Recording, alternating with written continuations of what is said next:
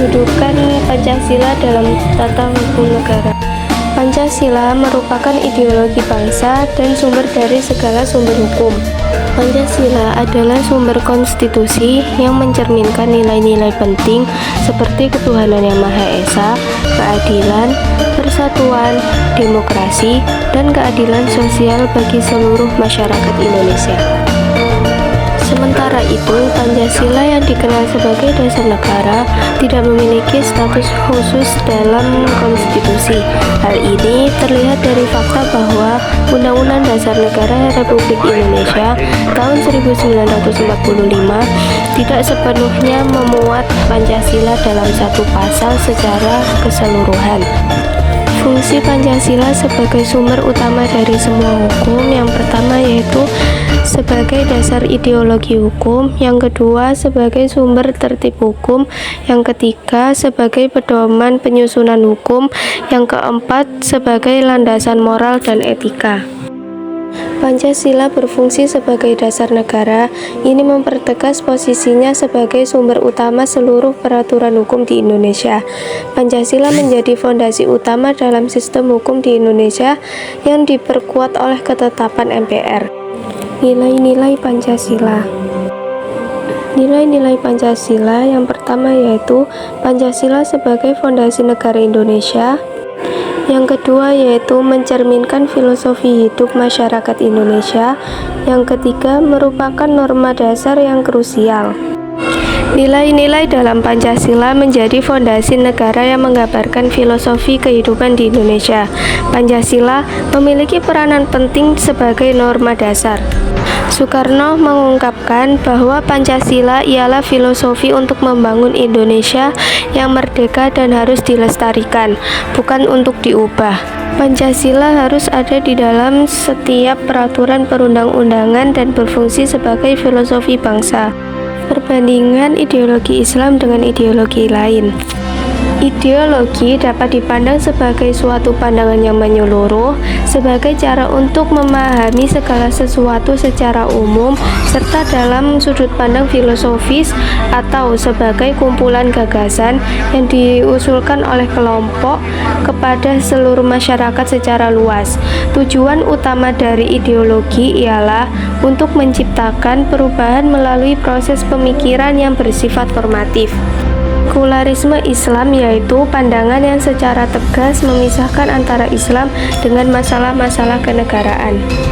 Pemerintahan yang terpisah dari agama atau telah menjadi sekuler akan mengalami berbagai masalah. Salah satu buktinya adalah munculnya pemimpin yang tidak pantas dalam menjalankan tugas di banyak sektor. Contohnya yaitu banyaknya pemimpin dan anggota legislatif yang terjerat dalam tindakan korupsi. Ketika agama tidak terlibat dalam pemerintahan, kualifikasi moral bagi pemimpin menjadi hilang. Hal ini menghasilkan banyak keputusan yang tidak mencerminkan aspirasi rakyat dan menciptakan kecenderungan untuk lebih fokus pada kekuasaan dan materi semata. Tanpa adanya acuan dalam pengambilan kebijakan dan hilangnya kualifikasi moral pemimpin, pemerintahan tidak akan berhasil dalam menciptakan masyarakat yang baik.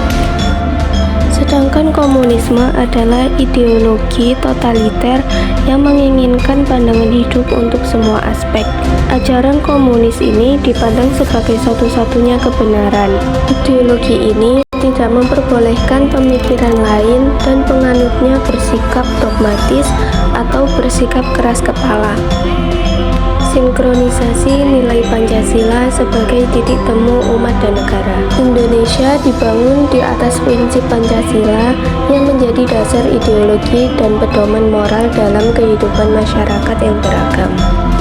Negara mengakui 6 agama, yaitu Islam, Kristen, Katolik, Hindu, Buddha, dan Konghucu. Relasi antara agama, khususnya Islam dan negara modern, sangat kompleks karena terdapat banyak pandangan yang sulit disatukan. Aliran utama dalam pemikiran teoritis tentang relasi antara agama yaitu ada 3. Yang pertama yaitu aliran substansif, yang kedua aliran literal, dan yang ketiga yaitu aliran yang menggabungkan pandangan literal dan substansif dengan mempertimbangkan kemaslahatan. Konflik antara agama dan negara sering terjadi di dalam kehidupan bernegara. Agama sering dijadikan alasan untuk melawan pemerintah, dan pemerintah juga menekan agama. Tantangan integrasi nilai Pancasila dan ajaran Islam. Keberadaan hukum Islam dalam kerangka hukum nasional Indonesia tidak hanya mencakup nilai sejarah dan hukum, tetapi juga menyediakan berbagai peluang strategis yang sangat penting untuk mengatasi tantangan hukum dan sosial saat ini. Salah satu peluang yang paling signifikan adalah andil hukum Islam dalam memperkaya sistem hukum nasional dengan nilai-nilai keadilan yang berfokus pada prinsip keseimbangan hak dan kewajiban serta perlindungan bagi kelompok yang lemah. Tantangan aktualisasi hukum Islam di Indonesia. Yang pertama yaitu tantangan kultural.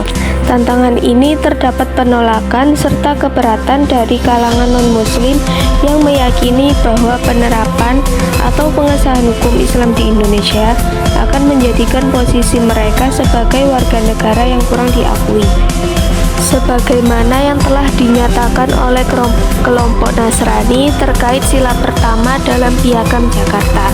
Keberatan ini juga nampak dari pihak Kristen Katolik dan Partai Demokrasi Perjuangan ketika pembahasan mengenai Undang-Undang Nomor 14 Tahun 1970 tentang peradilan agama berlangsung. Sebelum undang-undang tersebut diubah menjadi Undang-Undang Nomor 7 Tahun 1989, mereka mengajukan permohonan untuk membatalkan draft undang-undang tersebut karena dinilai diskriminatif dan tidak mencerminkan persatuan dan kesatuan. Yang kedua yaitu tantangan substansial. Substansi dari hukum Islam terdiri atas berbagai macam isi hukum yang kompleks.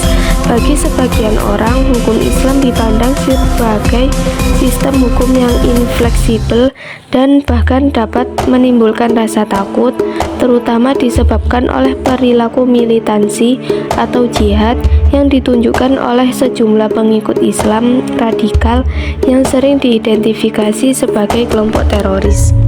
Dalam kerangka perundang-undangan hukum Islam yang berada dalam hukum nasional, upaya perubahan terhadap substansi hukum Islam yang sering dipersepsikan negatif oleh beberapa orang perlu diarahkan untuk memahami berbagai dinamika dan fleksibilitas hukum Islam. Ini bertujuan agar isi-isi hukum Islam dapat diubah agar sesuai dengan keadaan saat ini serta konteks sosial yang ada di Indonesia. Yang ketiga yaitu tantangan struktural. Beberapa kelompok ekstrim ingin mendirikan negara Islam, sementara yang lain lebih memilih cara politik dan kritik budaya. Islam harus diterapkan langsung tanpa fokus pada proses yuridis. Tantangan utama dalam penerapan hukum Islam adalah kurangnya kesepakatan mengenai konsep yang tepat. Para pendukung formalisasi hukum Islam berargumen bahwa pendekatan struktural bisa lebih efektif untuk memberikan legitimasi hukum dan kekuasaan serta memperbaiki sistem kehidupan yang rusak. Hukum Islam memiliki keterkaitan kuat dengan masyarakat dan karakteristik yang dapat menjaga keberadaannya. Sistem hukum yang ada di negara ini terbentuk dari hukum barat, hukum tradisional, dan hukum Islam. Di antara ketiga jenis hukum tersebut, hukum Islam menawarkan peluang yang lebih besar untuk berperan dalam mengembangkan hukum nasional di masa depan. Ini disebabkan oleh kenyataan bahwa sebagian besar populasi Indonesia adalah penganut agama Islam, sedangkan sistem hukum barat yang berasal dari era kolonial tidak lagi mengalami perkembangan setelah Indonesia mencapai kemerdekaan. Model hubungan sekularistik, integralistik, dan simbiosis mutualistik. Model hubungan agama dan negara yang pertama yaitu model sekuler. Model ini berfokus pada interaksi antar manusia. Model sekuler ini menganggap penting untuk membedakan antara agama dan negara. Dalam pandangan ini, tidak terdapat keterkaitan antara sistem pemerintahan dan agama. Yang kedua yaitu model integralistik, yaitu hubungan antara agama dan pemerintahan. Dalam kerangka integralis ini merupakan suatu kesatuan yang tidak dapat dipisahkan, di mana keduanya institusi ini berinteraksi secara harmonis. Negara berperan sebagai badan politik sekaligus sebagai entitas pemerintahan. Kegiatan pemerintahan dilaksanakan berdasarkan otoritas Tuhan, yang menunjukkan bahwa kekuasaan itu berada di genggaman Tuhan. Dengan demikian, hukum yang berlaku di negara harus diimplementasikan sesuai dengan ketentuan Tuhan. Kerangka integralis ini melahirkan kelompok yang mendukung negara berlandasan agama, atau dalam hal ini negara Islam, di mana banyak yang diikuti oleh kelompok Syiah dengan ajaran imamahnya, serta kelompok Islam yang fundamentalis yang menegaskan keseluruhan ajaran Islam. Yang kedua yaitu model simbiotik mutualistik, yaitu jenis hubungan yang saling membutuhkan atau interaksi antara agama dan negara yang bersifat timbal balik. Agama dan negara merupakan dua entitas yang berbeda, namun keduanya saling memerlukan satu sama lain dan tidak bisa terpisahkan.